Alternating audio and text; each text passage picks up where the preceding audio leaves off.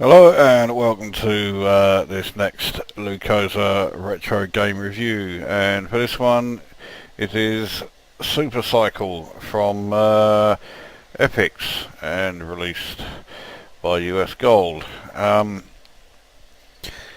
I've actually started this video at the start of the first race. The reason for doing that is the game is a multi-load game and it takes a fucking age for the first track to load up, so rather than sit here for God knows how long looking at just a blank screen, I thought I'd start here. So it means the only things you've missed is the title page come load screen, which don't look too bad, and then the option to choose your bike colours, your leather colours and your leather's style, and some rather dodgy music. If you are familiar with Epix games, you'll know that while the games are usually good, the music is certainly not their strong point.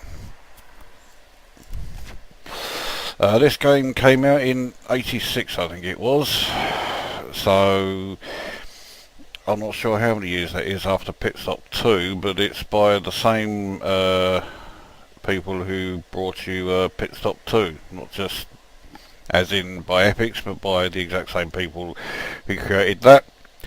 And it does rather show, though that is by no means a bad thing. I mean, I do partially feel that Pit Stop 2 is partly responsible for the sometimes crippling arthritis I have in my hands, but nevertheless it was a enjoyable game in its day. But anyway, let's get on with this. Right, away we go. I am the red bike in the middle, and unlike Pit Stop 2, this game does actually feature gears, but it doesn't feature a turbo, which is probably a good thing, but as you can see, you do start travelling at a hell of a rate. Indeed, the speed is so fast that half the time I just go crashing off at the first corner. So let's see how I do. Okay, for some reason, when you are going round corners, the computer likes to change down your gears. That bastard in that motorcycle is trying to almost ram me off the fucking road. I'm doing better than I usually do, actually, because I haven't come off the course yet. Oh well, there you go. Slamming into the back of a cycle when you're going at pretty much top whack is not a particularly good idea. Now, you just heard there possibly the weakest area of the game. The tyre squeal sound I think is awful, and it really goes right through me, to be honest. Now here we go with the changing down and then changing up gears that the computer does as you go round the corners. Now, unlike Pit Stop 2, you do have a time limit. You have to get round each course within a certain time, which I've done with 32 seconds to spare. For the first few tracks, and you only have to go around the circuit once, it is rather generous with the amount of time it gives you. In fact, when I say for the first few tracks, it's rather generous almost from start to finish. Though I do still fail quite badly at well, a number of these circuits. So this was never a game that I particularly excelled at. Here we go for circuit 2. Now again, the backgrounds and the actual side of the track, like Pit Stop 2, are fairly simple, but unlike Pit Stop 2, there are at least some objects on the side of the track and in the background. God, here we go with that fucking noise.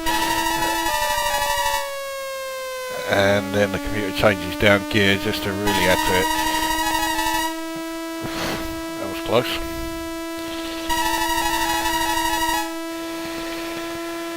I mean, when you see the sense of speed here, I mean, the thing is really shifting, and it makes you wonder why so many Commodore 64 racing games fail so miserably to actually convey any real sense of speed at all, when this game seems to be doing it effortlessly. I mean, this is the fastest moving racing game I've ever seen on a 64. I knew that was going to happen. Right, I'm trying to put my fag out while I'm getting underway. It's a common problem amongst motorcycle racers.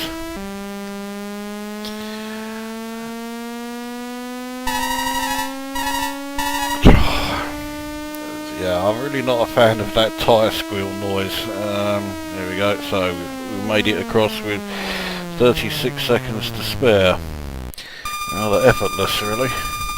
Especially seeing as I crashed during that one, just as I did in the first one. And yeah, it carries on for quite a while, actually, giving you rather generous amounts of time to get around just one lap. Believe it or not, I've already forgotten if there is a adjustable difficulty level. I genuinely don't think there is, so it is a fairly easy game. Anyway, here we go for track 3.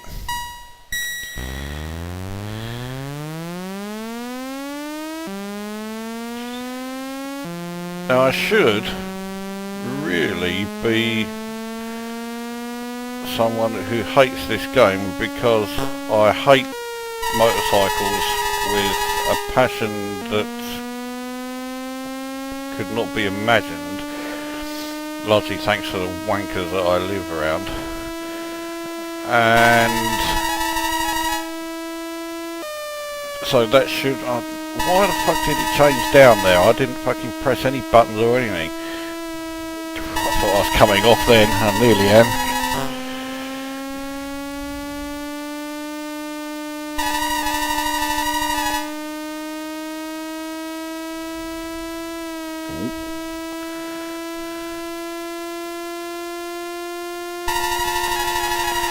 Well, I think I've pretty much shown you everything there is here, including crashing every single fucking track I've done so far. So, I mean, clearly you don't have to be a fan of motorcycle racing to like it. As I say, I quite like the game, but I detest motorcycle racing and motorcycles. Yeah, this bit of the track is rather taking the piss. What the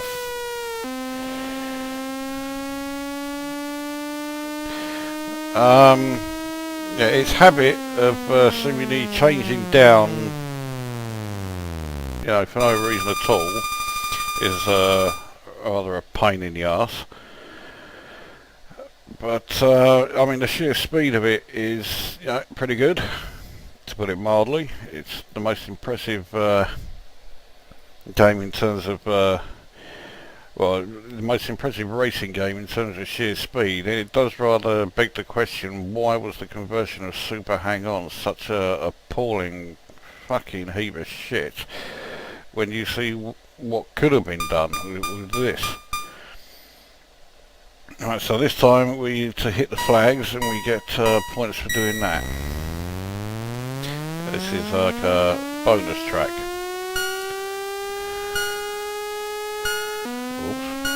If I actually, you know, put the fucking gears into operation.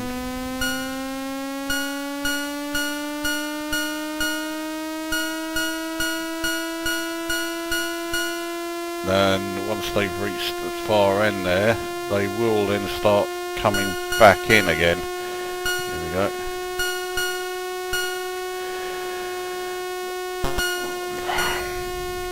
Of course, it would help if I was able to avoid the other motorcycles, so I would say take the long way round to avoid that one.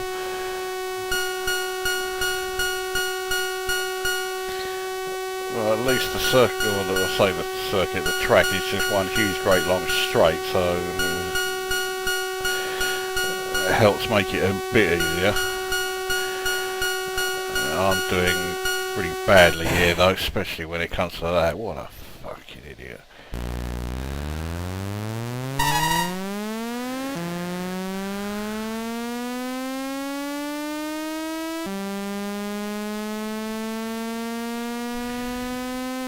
Okay, well there you go, that was the end of that one.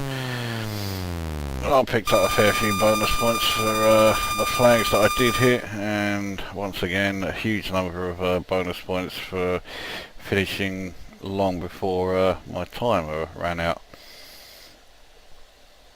So I mean that really is about it. That's pretty much all I can show you of Super Cycle. If you're a fan of Pit Stop and Pit Stop 2, you'll like this. If you're a fan of Super Hang On, then the chances are you've already had a lobotomy. But I mean, if you did like that, you'll love this because this actually does go fast.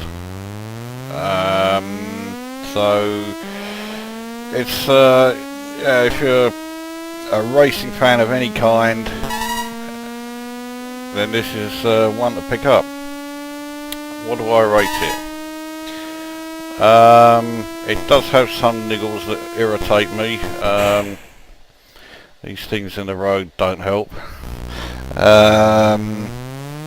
The sound I find a bit grating, especially the tyre squeal, and its habit of changing down gear for no reason at all is rather annoying.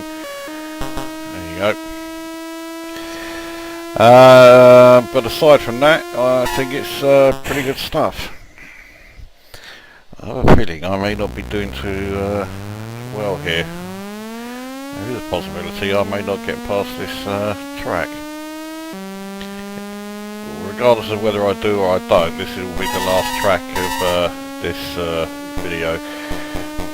Jesus Christ, I meant to avoid all those things in the road, not try and jump, you know, drive over every single fucking one of them. There we go.